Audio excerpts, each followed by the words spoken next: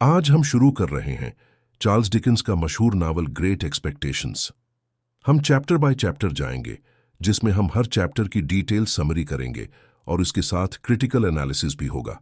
तो आज हम पहला चैप्टर शुरू करते हैं।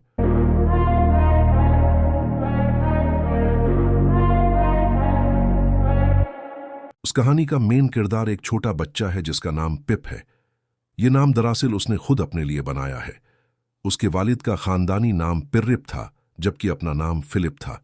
लेकिन जब वो छोटा था और बोलना सीख रहा था, तो अपने बाप का फिलिप पिर्रिप जैसा लंबा नाम उसकी जबान से अदा नहीं होता था।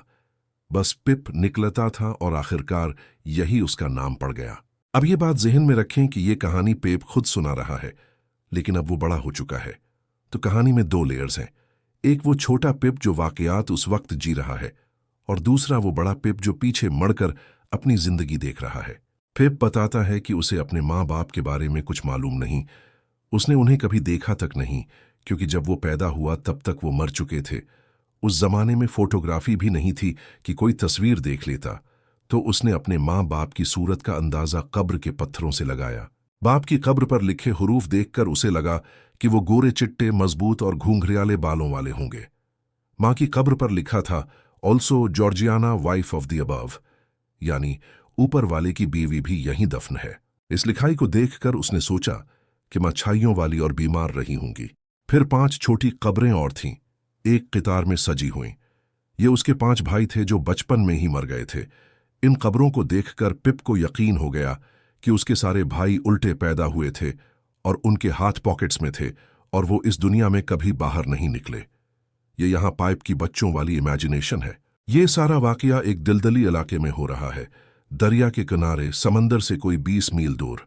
एक सर्द और नम शाम को पिप को अपनी जिंदगी का सबसे पहला और वाज़ेह एहसास हुआ। उसने देखा कि ये बेरूनिक जगह जहां कांटेदार झाड़ियां हैं, दरअसल चर्चयार्ड है, यानी गिरजाघर का एरिया। यहां उसके माँ बाप और भाई दफन हैं। आगे अंधेरा ब्याबान है जिसमें नाले, टीले और दरवाजे हैं। ये दिल है। इससे आगे दरिया है और सबसे आखिर में समंदर है। और ये सब देखकर खौफ से कांपता हुआ छोटा सा बच्चा जो रोना शुरू करने वाला है, वो खुद पाइप है। हजाशे की एक खौफनाक आवाज आती है। कोई चीखता है कि चुप रह, वरना गला काट दूंगा। एक आदमी कब्रों के दरमियान से उठकर खड़ा हो जाता है।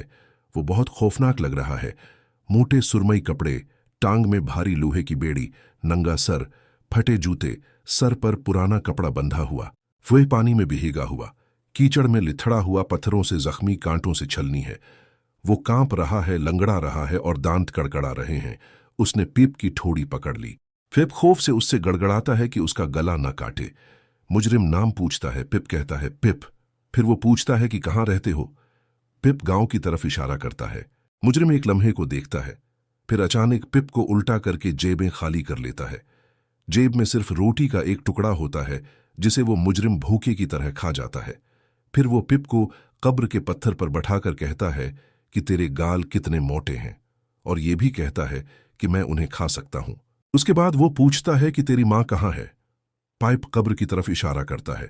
मुजरिम चौंक कर पीछे हटता है और इधर उधर देखता है, जैसे वो समझा हो कि मां जिंदा है और कहीं खड़ी है। फिर पता चलता है कि वो कब्र है। वो बाप के बारे में भी पूछता है और पता चलता है कि वो भी मर चुका है। फिर वो पूछता है कि किसके साथ रहते हो। पीप कहता है कि अपनी बहन मिसेस जो गार्जरी के साथ, जिसका शोहर जो गार्जरी है, जो कि एक लोहार है। मुजरिम लोहार का नाम सुनकर अपनी बेड़ी वाली टांग की तरफ देखता है। अब वो पिप को बाजुओं से पकड़कर पीछे झुका देता है। पिप की आंखें बेबसी से मुजरिम की आंखों में झांक रही होती हैं। मुजरिम पूछता है कि जानता है फाइल क्या होती है और खाना क्या होता है। हर सवाल के बाद वो पिप को और झुका देता है।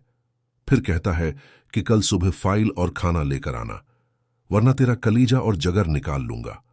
यहां फाइल का मतलब रीति है, जिससे वो अपनी बीड़ियां काटने की सोच रहा है। पिप को चुकर आने लगते हैं और वो कहता है कि अगर आप मुझे सीधा खड़ा रखें तो मैं ज्यादा अटेंशन दे सकूंगा। मुजरिम उसे सीधा करके कब्र के पत्थर पर खड़ा कर देता है और फिर सबसे खौफनाक बात कहता है। वो कहता है कि मैं अकेला नहीं हूं, मेरे साथ एक जवान आदमी छिपा है जो मुझसे भी ज्यादा खतरनाक है। वो तेरी हर हरकत देख रहा है। अगर तूने मेरी बात न मानी तो वो रेंगता हुआ तेरे पास आएगा और तेरा कलीजा निकाल लेगा। चाहे तो दरवाजा बंद कर ले, बस्तर में छिप जा, वो फिर भी आएगा। पिप डर के मारे फौरन मान जाता है कि वो सब कुछ लाएगा। मुजरिम उसे किस्म दिलाता है कि अगर पिप ने ये सब न किया तो खुदा उसे मारे। फिर वो पिप को जाने देता है। पिप हिकलाते हुए गुड नाइट कहता है। मुजरिम चारों तरफ देखकर कहता है कि काश में मेंढक होता या बाम मछली, यानी इस सर्दी और नमी में कहीं छिप सकता। वो अपने कांपते जिस्म को जकड़े हुए लंगड़ाता हुआ चला जाता है। पिप उसे जाते देखता है। जब वो दीवार पार करके दरिया की तरफ बढ़ता है तो छोटे पिप को लगता है जैसे मर्दे अपनी कब्रों से हाथ निकालकर उसे पकड़ना चाहते हैं। पिप घर की तरफ भागता है। मड़कर देखता है तो मुजरिम अब भी जा रहा है और अपने आप को जकड़े हुए है। पिप रखकर देखता है तो मंजर बहुत खौफनाक है। दिल काली आसमान की लकीर की तरह है, दरिया दूसरी लकीर और आसमान पर गुरूब आफताब की सरख और काली लकीरें हैं। दरिया के किनारे दो चीजें खड़ी हैं। एक वो मीनार है जिससे मिल्लाह यानी सेलर्स रास्ता मालूम करते हैं, और दूसरी तरफ फांसी का फंदा है जहां कभी एक समंदरी लठीरे यानी पायरेट को लटकाया गया था। मुजरिम इसी दूसरी चीज की तरफ जा रहा है। ऐसा लगता है जैसे वो वही पायरेट ही हो जो जिंदा हो गया हो और वापस जाकर खुद को लटकाने जा रहा हो। यह सोचकर पिप मजीद डर जाता है। वो उस खौफनाक जवान आदमी को ढूंढता है लेकिन उसे कहीं नहीं पाता। फिर वो बगैर रखे घर भाग जाता है। Critical analysis. अब देखें, इस पूरे चैप्टर में डिकेंस ने बहुत सी अहम बातें रखी हैं। सबसे पहली बात तो ये कि यहां दो लेयर्स हैं। एक छोटा पिप जो समझता है कि वाकई कोई खौफनाक जवान आदमी है, और दूसरा बड़ा पिप जो जानता है कि ये सब मुजरिम का झूठ था। दूसरी बात यह कि पिप एक यतीम बच्चा है जो निचले तबके यानी लोअर मिडिल क्लास से आता है। उसका नाम भी उसकी छोटी सी हैसियत को जाहिर करता है। पिप का मतलब बीज या नुक्ता है, लेकिन बीज बढ़ सकता है। शायद ये इशारा है कि आगे चलकर वो तरक्की करेगा। तीसरी बात यह कि मुजरिम की बेड़ी और हालत से पता चलता है कि वो जेल से भागा है। ये इंसाफ के निज़ाम की तरफ इशारा है। लेकिन दिलचस्प बात यह है कि ये मुजरिम अपनी धमकियों के बावजूद खुद बहुत बेबस है। वो भूखा है, ठट्ठर रहा है और एक छोटे बच्चे के सहारे है। और सबसे अहम बात यह कि जब मुजरिम जाता है तो पिप बार बार मड़कर उसे देखता है। मुजरिम अपने आप को जकड़े हुए है, बिल्कुल वैसे ही जैसे शुरू में पिप ने कब्रिस्तान में खुद को जकड़ रखा था।